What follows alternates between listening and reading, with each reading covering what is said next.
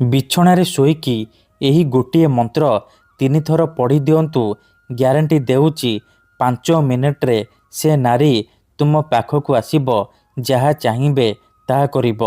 ହଁ ଫ୍ରେଣ୍ଡସ୍, ଆପଣ ସମସ୍ତଙ୍କର ଇଚ୍ଛା ଥିବ ସୁନ୍ଦରୀ ଝିଅ ବା ସୁନ୍ଦରୀ ଭାଉଜକୁ ପଟେଇବା ପାଇଁ, ତାଠାରୁ ନିଜର ମନ ମୁତାବକ କାମ ହାସଲ କରିବା ପାଇଁ। କିନ୍ତୁ ଇଏ ଏତେ ସହଜ ନୁହେଁ। ଏଥିପାଇଁ ଆମର ତନ୍ତ୍ରଶାସ୍ତ୍ରରୁ ମୁଁ ଆଜି ଆପଣଙ୍କ ପାଇଁ ଏମିତି ଏକ ମହାଶକ୍ତିଶାଳୀ ନାରୀ ମୋହିନୀ ବଶୀକରଣ ମନ୍ତ୍ର ନେଇ ଆସିଛି। ଯଦି ଆପଣ ଏହି ମନ୍ତ୍ରକୁ ରାତିରେ ଶୋଇବା ପୂର୍ବରୁ ବିଛଣାରେ ଶୋଇକି ମାତ୍ର 3 ଥର ପଢ଼ିଦେବେ, ଗ୍ୟାରେଣ୍ଟି ଦେଉଛି ଯେଉଁ ଝିଅ ପଟୁନଥିଲା, ଆପଣଙ୍କୁ ଭାଉ ଦେଉନଥିଲା, ସେ ଝିଅ ନିଜେ ଆସି ଆପଣଙ୍କୁ ଭଲ ପାଉଛି ବୋଲି କହିବ। ପଡ଼ିଶା ଘର ଭାଉଜ ହାତ ଧରିକି ରୁମ୍କୁ ଡାକିବ। ଯାହା ଚାହିଁବେ ତାହା କରିବ। କିନ୍ତୁ ବଶୀକରଣ କରିବା ପୂର୍ବରୁ ଗୋଟିଏ ଛୋଟିଆ କଥା ମନେ ରଖନ୍ତୁ। ମନରେ କୌଣସି ଖରାପ ଉଦ୍ଦେଶ୍ୟ କିମ୍ବା କୌଣସି ଖରାପ କାମ ପାଇଁ ଆପଣ ଏହି ବଶୀକରଣକୁ ପ୍ରୟୋଗ କରିବେନି। କାହିଁକି ନା ଏହି ବଶୀକରଣ ମନ୍ତ୍ରର କୌଣସି ପ୍ରକାର କାଟ ନାହିଁ। ଯେଉଁ ଝିଅ ବା ନାରୀ ଉପରେ ଏହି ମନ୍ତ୍ରକୁ ପାଠ କରିଦେବେ, ସିଏ ସେହି ସମୟଠାରୁ ଆପଣଙ୍କ ପ୍ରେମରେ ଦିବାନୀ ହୋଇଯିବ। ପାଗଳି ପରି ଆପଣଙ୍କୁ ଭଲ ପାଇବାକୁ ଲାଗିବ। ଆପଣ ତାକୁ ଯାହା କହିବେ, ଯେମିତି କହିବେ ସିଏ କରିବ। କୌଣସି ପ୍ରକାର ବାଧା ଦେବ ନାହିଁ। ନମସ୍କାର ଫ୍ରେଣ୍ଡସ୍, ଓଡ଼ିଆ ଫଣ୍ଡା ଚ୍ୟାନେଲକୁ ଆପଣମାନଙ୍କୁ ସ୍ୱାଗତ। ଆଜିର ଏହି ଭିଡ଼ିଓଟିରେ ମୁଁ ଆପଣଙ୍କୁ ଶିଖେଇବି ଆପଣ କିପରି ବିନା କୌଣସି ପରିଶ୍ରମ କରି, ବିନା କୌଣସି ପଇସା ଖର୍ଚ୍ଚ କରି ଘରେ ବସି ବସି ସୁନ୍ଦରୀରୁ ସୁନ୍ଦରୀ ଝିଅକୁ ପଟେଇ ପାରିବେ। ସୁନ୍ଦରୀ ପଡ଼ିଶା ଘର ଭାଉଜଠାରୁ ନିଜର ମନ ମୁତାବକ କାମ ହାସଲ କରିପାରିବେ। ଏହି ବଶୀକରଣ ଆପଣଙ୍କୁ ସହଜ ଲାଗିବ, କିନ୍ତୁ ଯିଏ ବି ଏହାକୁ କରିଛି ସଫଳ ହେଇଛି। ବର୍ଷ ବର୍ଷ ଧରି ଭାଙ୍ଗି ଯାଇଥିବା ପୁରୁଣା ପ୍ରେମକୁ ଫେରାଇ ଆଣିପାରିଛି। ଶାଶୁ, ନଣନ୍ଦ, ଦିଅର, ଭାଉଜ କାହାକୁ ବି ନିଜ ବଶରେ କରି ତାଠାରୁ ନିଜର ମନ ମୁତାବକ କାମ ହାସଲ କରିପାରିଛି। ତେଣୁ ଯଦି ଆପଣ ଯେତେ ଚେଷ୍ଟା କରି ମଧ୍ୟ ଝିଅ ପଟେଇ ପାରୁନାହାନ୍ତି, ବିବାହିତା ନାରୀକୁ ପଟେଇ ପାରୁନାହାନ୍ତି, ତେବେ ମୋ କଥା ମାନି ମାତ୍ର ଥରେ ଏହି ବଶୀକରଣ ମନ୍ତ୍ର ପଢ଼ିକି ଦେଖନ୍ତୁ। ତାପରେ ଦେଖିବେ ଚମତ୍କାର।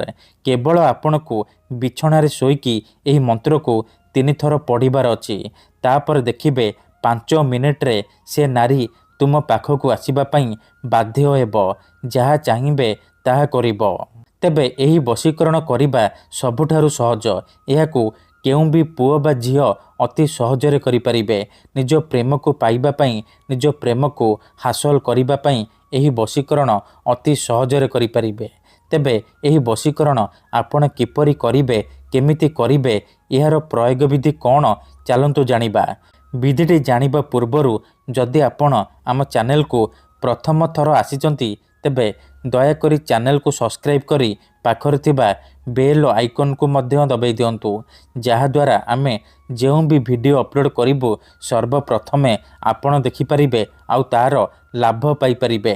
ମନେ ରଖନ୍ତୁ, ଏହି ବଶୀକରଣ ବିଧିକୁ ଆପଣ କେଉଁ ବି ବାରରେ କରିପାରିବେ, କିନ୍ତୁ ଯେବେ ବି କରିବେ ରାତିରେ ଶୋଇବା ପୂର୍ବରୁ କରିବେ। ନିଜ ବିଛଣାରେ ଶୋଇକି ମନ୍ତ୍ରକୁ 3 ଥର ପଢ଼ିବେ।